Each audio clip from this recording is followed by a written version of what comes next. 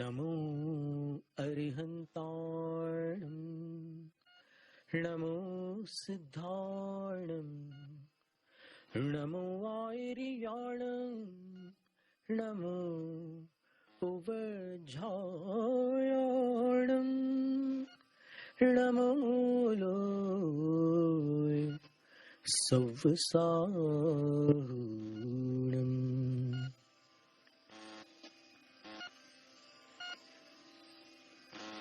त्रिलोकवर्ती, त्रिकालवर्ती, अरहंत, सिद्ध, आचार्य, उपाध्याय और सर्व साधु परमेशियों को विनम्र वंदन, प्रणाम, नमस्कार। दीक्षा शिक्षा गुरु आचार्य विद्यासागर महाराज को नमस्ते।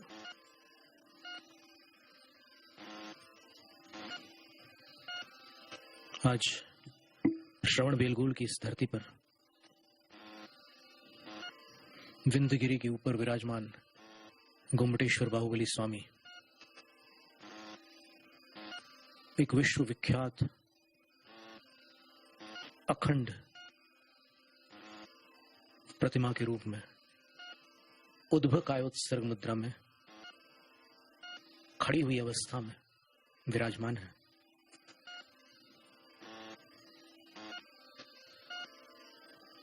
सन 981 में भगवान की यहां प्रतिष्ठा हुई थी और उस प्रतिष्ठा महोत्सव में राजा महाराजा, श्रेष्ठी सामंत, मंत्री, सेनापति, प्रजाजन, प्रकांड विद्वद्गण और उस काल के एक बड़े भारी ज्ञान संपन्न निर्ग्रंथ जैन श्रमण दिगंबर आचार्य श्री नेमिचंद्र सिद्धांत चक्रवर्ती भी उपस्थित थे। आचार्य नेमिचंद्र सिद्धांत चक्रवर्ती सर्वमान्य दिगंबर आचार्य है, जिन्होंने प्राकृत भाषा में बहुत सारे ग्रंथों की रचना की है और इन्हीं गोमटेश्वर भगवान की एक स्तुति भी उन्होंने लिखी है।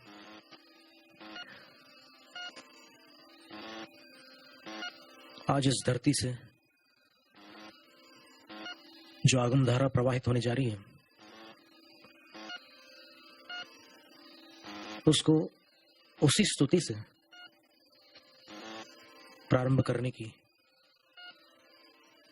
भावना उत्पन्न हुई है, जिस स्तुति को आचार्य नेमिचंद सिद्धांत चक्रवर्ती ने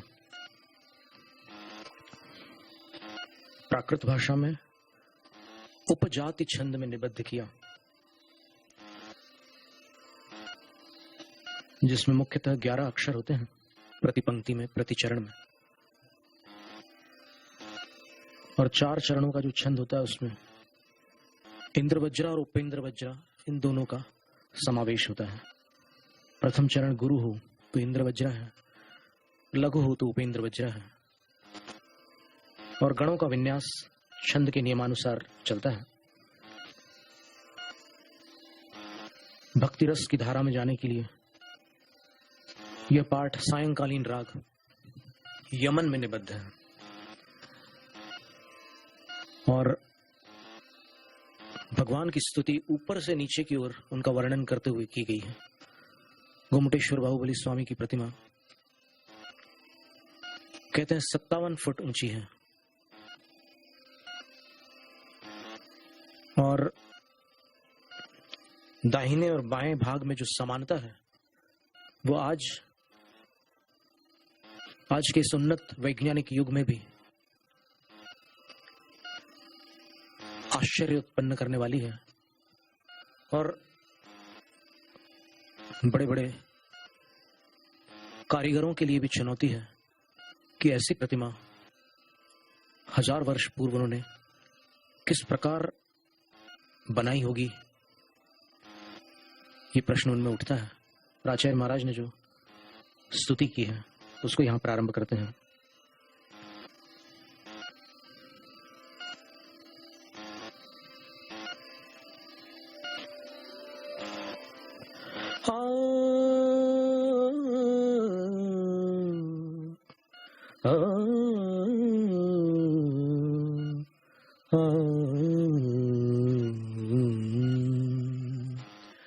तं गोमटेशं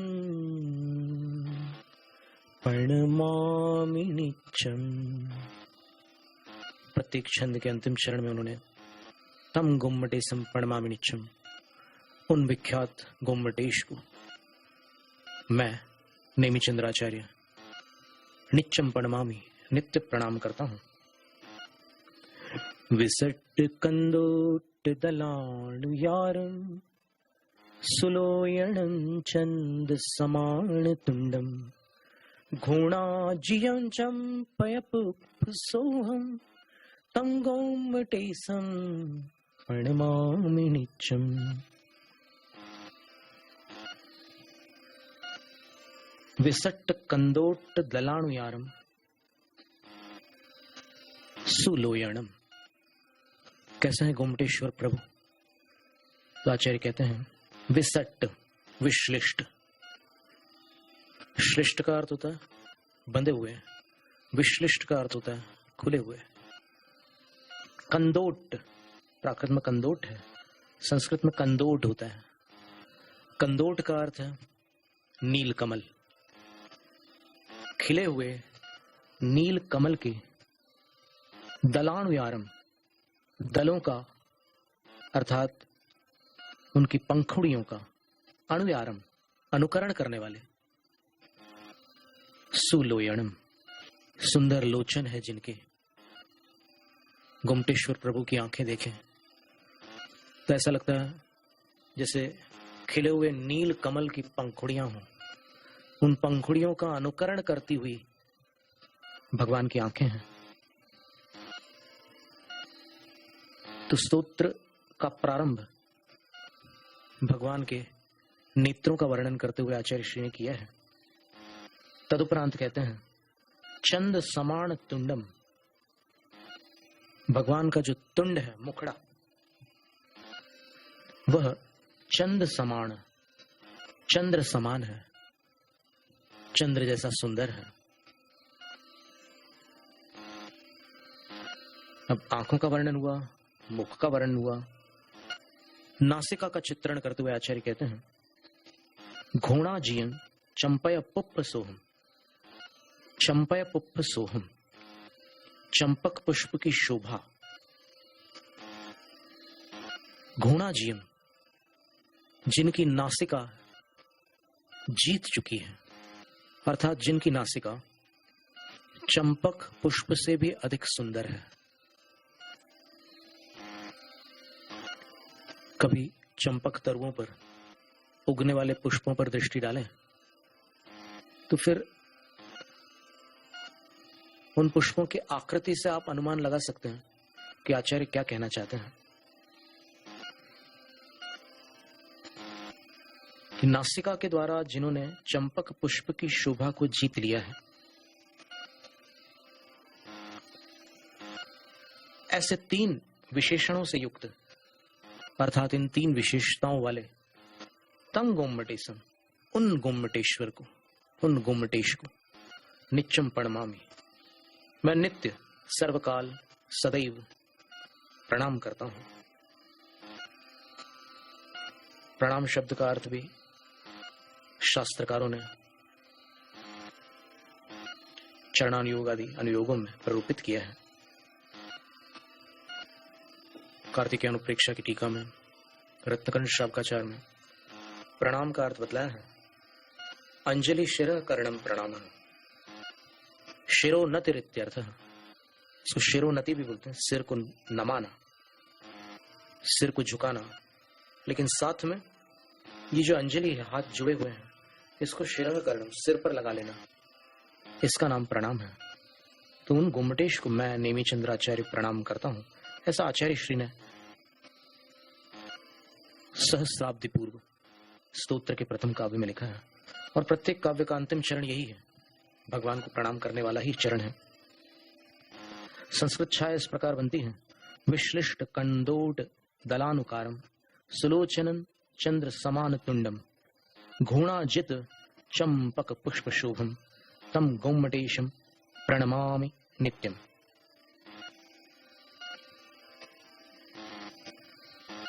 वास्तव में भगवान की जो छवि है, जो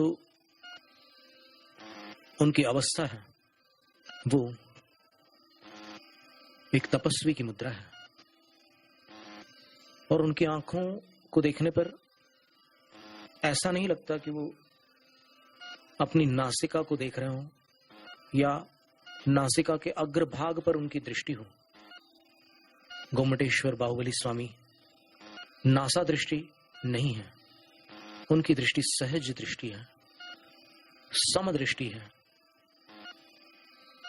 और नील कमल की पंखुड़ी जैसे उनके जो नयन है, उनके जो लोचन है, सुंदर है। अगर आंखें सुंदर भी हो परंतु दृष्टि उग्र हो या तीक्ष्ण हो तो सौंदर्य न्यून होता है, घटता है। पर वह स्थिति वहां पर नहीं है। अत्यंत सुंदर है भगवान के लोचन। जिन्होंने दर्शन किए हैं उनको बताने की भी आवश्यकता नहीं है।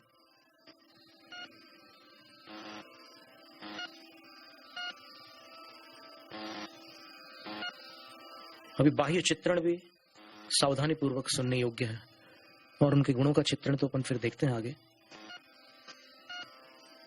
वास्तव में जैसे वाणी, जैसे भाषा विचारों की पोशाक होती है, किसी ने कहा है भाषा विचारों की पोशाक होती है, वैसे मुख मुद्रा हृदय की सूची होती है। अंग्रेजी में कहावत है, the face is an index of your heart. चेहरा दिल की विषयानुक्रमणिका है। दिल के भावों को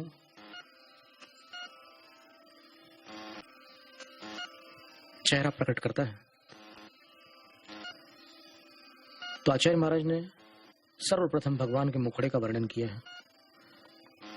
और चूंकि तपस्वी की मुद्रा है तो जैन शास्त्रों पर दृष्टि डालने पर यह जानकारी मिलती है। जैसे आदि पुराण में आचार्य जिनसेन स्वामी ने लिखा है, प्रवचन सार में आचार्य कुंदकुंद स्वामी ने लिखा है कि दीक्षा लेने वाला जो भी दीक्षार्थी है वो कैसा हो, सुमुह हो, शोभनीक मुखमंडल का धारक हो, मुखाकृति जिसकी सौम्य हो, सुंदर हो। तो सर्वप्रथम यहां पर इस प्रथम काव्य में आचार्य नेमिचंद्र सिद्धांत चक्रवर्ती ने मुखड़े का वर्णन करके भगवान को नमस्कार किया है। इसका हिंदी पद्यानुवाद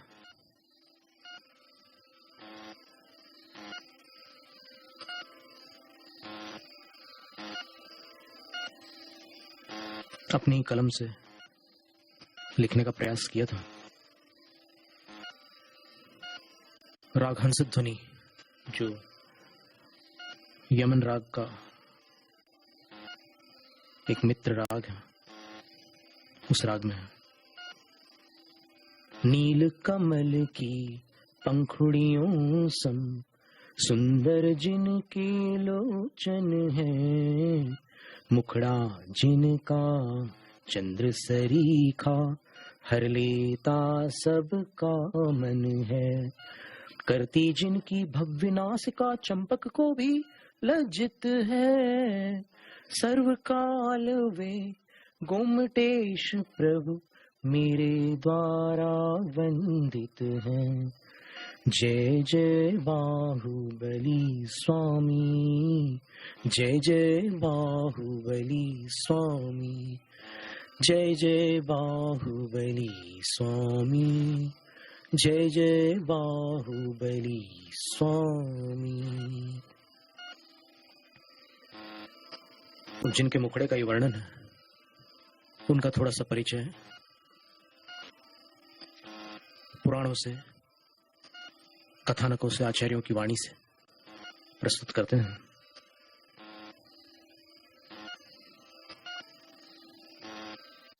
ये गोम्मटेश शब्द जो बना है वो गोम्मट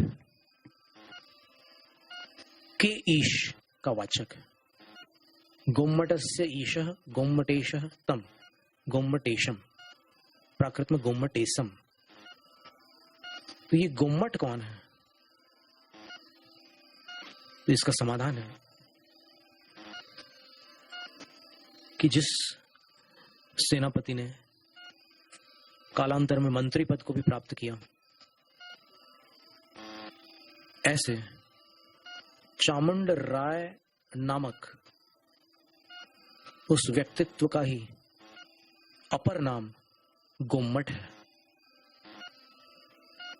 और गोम्मट ने इतना बड़ा कार्य संपन्न किया जो आज भी इस उन्नत वैज्ञानिक युग में बड़े बड़े विद्वानों को और वैज्ञानिकों को भी आश्चर्यचकित कर डालता है। कुछ यहाँ के बारे में जो एस्टिमेशन हुआ, जो अनुमान लगाया गया कि ये जो भगवान है इनकी आकृति इतनी विशाल है, लंबाई चौड़ाई वगैरह सब कुछ देखा, और उसके बाद उन्होंने ये अंदाज लगाया ये प्रतिमा 1000 टन की है। 1000 टन का अर्थ होता है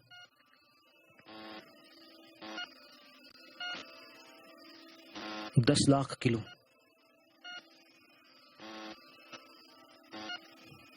क्योंकि टन में, एक टन में 1000 केजी होता है, तो 1000 टन में 1000 का गुणा कर लो, कितना हुआ? 10 लाख।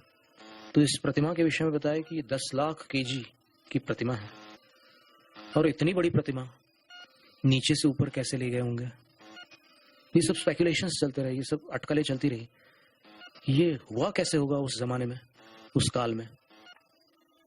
और फिर जहां सिमेट्री की बात आई, जैसा अभी हमने पहले कहा था कि दाहिनी तरफ और बाईं तरफ देखो तो बिल्कुल वैसे की वैसी आकृति मिलती है, अंतर कहीं पकड़ में नहीं आता। और एक अंतर जो है दाहिनी और बाईं तरफ, एक अंतर जो है उससे संबंधित एक बड़ा किस्सा है, एक वृत्तांत है, एक घटनाक्रम है, और बड़ा महत्वपूर्ण घटनाक्रम है।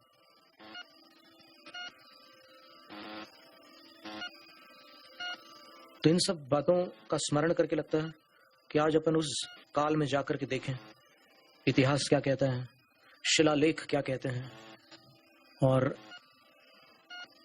अन्य जो भी साक्ष्य है, जो प्रमाण है, वो कौन सी कहानी को यहां बतलाते हैं। तो जब अपन वहां जाकर के देखते हैं तो उस काल में, उस काल का प्रभाव तो निश्चित रूप से था, जैसा हर काल में होता है। वर्तमान, अतीत और भविष्य पर भारी पड़ता है। तो उस काल में मैसूर प्रांत तो था ही, वहां का राजा भी था, और ये बंगलुरु आदि बहुत सारे जो आज के नाम हैं, उस समय कुछ इन्हीं नामों से जाने जाते थे, कुछ किसी अन्य नाम से जाने जाते थे। चामुंड राय की वृद्धा मां, जिनकी आयु ढलान की ओर थी, अपने पुत्र के पास अपनी एक हार्दिक भावना व्यक्त करती है कि पुत्र, मेरा समय बहुत अधिक तो नहीं है, लेकिन मेरी भावना है कि मुझे एक बार उदनपुर के दर्शन मिल जाए, जो उत्तर पश्चिम में है, और 1000 वर्ष पुराना जो भारत था वो बड़ा विस्तृत था। फिर उसमें परिवर्तन आता गया, और आज की स्थिति जो है वो आपके सामने है। तो वो जो उत्तर पूर्व भारत का हिस्सा था, जो स्थान था, क्षेत्र था, वहां पर उदनपुर, जो बाहुबली का नगर था, वृषभदेव जो प्रथम तीर्थंकर हुए, उनके सुपुत्र बाहुबली, पिता के कारण उस पोदनपुर के राजा थे और वहां जो उनकी प्रतिमा है 500 धनुष की प्रतिमा, आज तो किसी को पता नहीं वो कहां है, लेकिन 800-900 वर्ष पुराने ग्रंथों में संस्कृत भाषा में ऐसे काव्य मिलते हैं जिसमें उल्लेख है उसका। शासन चतुस्त्रिंशिका में अनंत कीर्ति मुनिराज ने चित्रण किया है बाहुबली स्वामी का। तो वो मां पुत्र से कहती कि मुझे बाहुबली भगवान के दर्शन करा दे, बस यही मेरे जीवन की अंतिम इच्छा है। तो फिर पुत्र गुरु से आशीर्वाद लेने जाता है। गुरु इस प्रांत में उस काल के गुरु वही आचार्य नेमिचंद सिद्धांत चक्रवर्ती थे। तो फिर आशीर्वाद लेने जाता है कि हम लंबी यात्रा के लिए निकल रहे हैं, आपका आशीर्वाद हमारे लिए मंगलकारी हो, आप अनुग्रह कीजिए, कृपा करिए।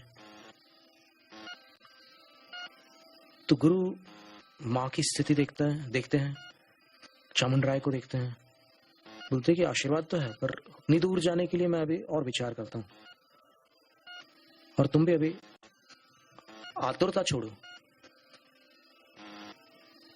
कुछ समय दो और भक्ति करो, बाहुबली स्वामी का स्मरण करो। मां से भी कहा कि आप भी बाहुबली स्वामी का ध्यान करके रात में सोने से पूर्व उन्हीं का स्मरण करके सोया करो। ये क्रम चला और एक ऐसा दिन आया जब रात्रि के अंतिम प्रहर में, रात्रि में 4 प्रहर होते हैं, दिन में 4 प्रहर होते हैं, प्रहर यानी 3 घंटे का समय है। तो रात्रि का प्रथम प्रहर रौद्र प्रहर कहलाता है, द्वितीय प्रहर राक्षस प्रहर होता है, तृतीय प्रहर गांधर्व प्रहर होता है और चतुर्थ प्रहर मनोहर प्रहर होता है। तो अंतिम प्रहर होता है। तो उस समय चामुंड राय सेनापति को, उनकी माता को और गुरुवर नेमिचंद्र सिद्धांत चक्रवर्ती को, तीनों को एक साथ एक समय पर एक ही स्वप्न दिखाया। तो जब माता और पुत्र गुरु के पास प्रातःकालीन अर्चना के लिए गए, भक्ति करने गए, तो फिर तीनों बड़े प्रसन्न थे और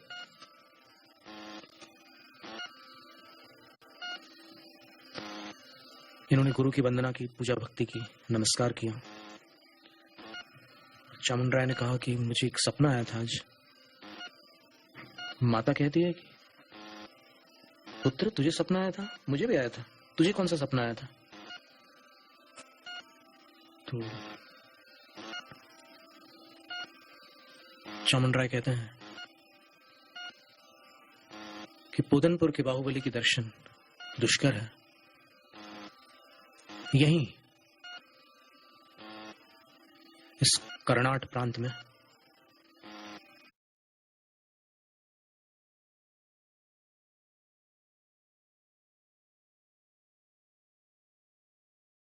होंगे, गोमटेश बाहुबली प्रकट होंगे और इस प्रकार से प्रकट होंगे।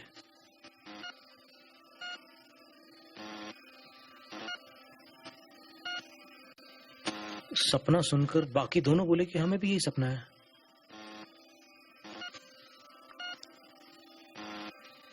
विस्मित हो गया। पर फिर आचार्य कहते हैं कि ये दैवी संकेत है। कुछ स्वप्न दिव्य स्वप्न होते हैं, ये स्वप्न दिव्य स्वप्न है। इसलिए चलो स्वप्न का अनुकरण करते हुए अपन उस स्थान पर चलते हैं जहां स्वप्न में अपने को निर्देश मिला है। चलो, और तीनों वहां जाते हैं। चंद्रगिरी,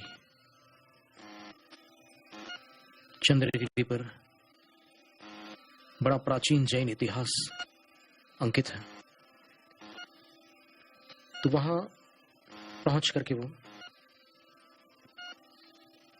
उस स्थल पर जाते हैं जो सपने में आया था।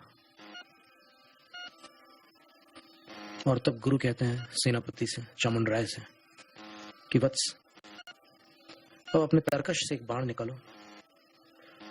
वो तरकश से बाण निकालते हैं और कहते हैं कि धनुष को पीछे की तरफ उल्टा पकड़ो।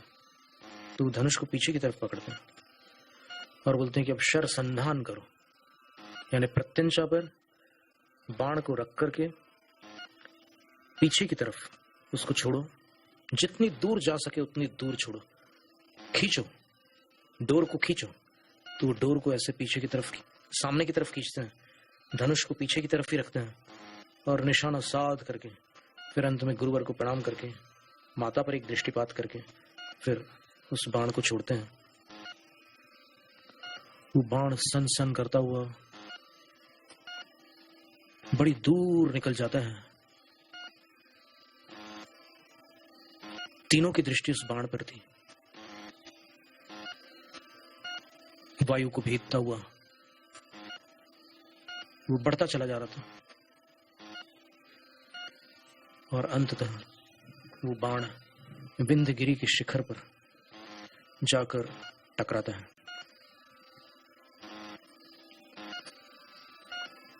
तीनों, और अपने साथ वाले और भी लोग थे वहां पर, उनके चंद्रगिरी से विंध्यगिरि पर आते हैं, ऊपर शिखर पर पहुंचते हैं।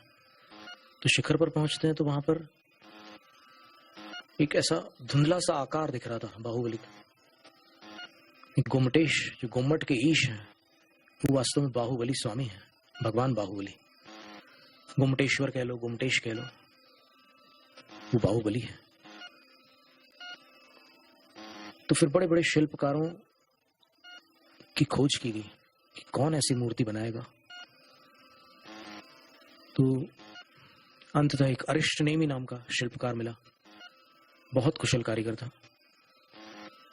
उसको बुलाया, कुछ परीक्षाएं ली उन्होंने और फिर बाद में लगा कि ये बिल्कुल कार्य को संपन्न करने योग्य है। तो फिर उसको कार्य सौंप दिया और उसने बड़ी सावधानी से कार्य संपन्न किया। 12 वर्षों तक वो जी जान से जुटा रहा और जो सुंदर आकृति प्रकट हुई उस पाषाण खंड से,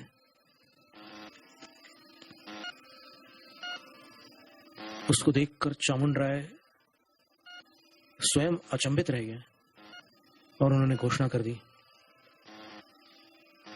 कि ये जो प्रतिमा प्रकट हो रही है, अब इसमें जितनी जितनी सुंदरता बढ़ेगी और जितना जितना इस पाषाण को तराशा जाएगा, जितना जितना इसमें से पाषाण का अंश पृथक होगा, उतनी मात्रा में मैं शिल्पकार को स्वर्ण प्रदान करूंगा।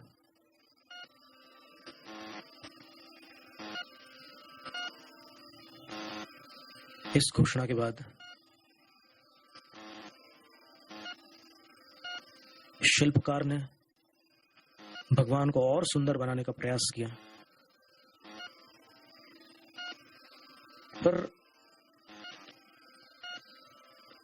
उसके मन में स्वर्ण का उपहार मिलने वाली बात को सुनकर लोभ जागृत हो गया। एक साफ सुथरा मन था उसका, पर वो उपहार वाली बात जहां पर आई, स्वर्ण का उपहार, उसने उसके मन को विचलित किया। संभवतः उसी लोभ से भगवान की सिमेट्री में अंतर पड़ा। दाहिने और बाईं तरफ की जो हाथ के आकार है, हाथ की भी तर्जनी, जो पहली उंगली होती है अंगूठे के बाद वाली, उसमें अंतर पड़ा। दोनों हाथ ज्यों के त्यों हैं, बस अंतर यही है कि बाएं हाथ की जो तर्जनी है वो शिल्पकार द्वारा अधिक तराशी हुई है, वो दाहिनी तर्जनी से छोटी है। कोई भी ध्यान से देखेगा तो स्पष्ट देख सकता है। संभव है उस उपहार के निमित्त शिल्पकार ने ऐसी चेष्टा की हो। और जब चामुंड राय ने उस स्वर्ण वहां पर रखा जितना उसने निकाला था, और शिल्पकार लोभवश उस स्वर्ण को अपनी मुट्ठी में समेटना चाह रहा था, तो जब उसने मुट्ठी में स्वर्ण को भरा तो उसकी मुट्ठी बंद हो गई, खुली नहीं। मां को जानकारी मिली तो मां ने आकर के अपने पुत्र को प्रताड़ित किया, शब्दों से तर्जित किया, डांटा कि एक वो पुत्र है, मां कालल देवी का पुत्र चामुंड राय गोम्मट, जो मां को भगवान के दर्शन कराने के लिए सोना लुटा रहा है, और एक तू पुत्र है जो सोना लूटने के लिए भगवान के अंग घटा रहा है। धिक्कार है तेरी दुर्बुद्धि पर। उसने बंद मुट्ठी से ही भगवान के चरण के सामने ऐसे हाथ रखे, मस्तक टिका दिया। अभी कोई प्रतिष्ठा विधि नहीं हुई, लेकिन फिर भी जो है वो है, मस्तक झुका दिया, क्षमा मांगी कि अब मैं निर्मल मन से ही कार्य करूंगा, और मेरे से जो अपराध हुआ है उसका दंड ये होगा कि इस पहाड़ पर मेरा नाम कहीं नहीं रहेगा। और फिर जो भगवान की रचना हुई, भगवान जो प्रकट हुए उसके निमित्त से, उसका क्या वर्णन किया जाए। वे अद्भुत गोमटेश्वर बाहुबली स्वामी हैं।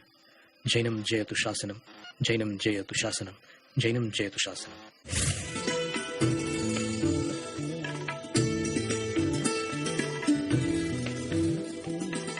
आगमधारा के पुण्यार्चक थे श्री भरत कुमार जैन, श्रीमती सुनीता जैन, आशीष जैन, रूबी जैन एवं मिष्टी जैन, भोपाल, मध्य प्रदेश।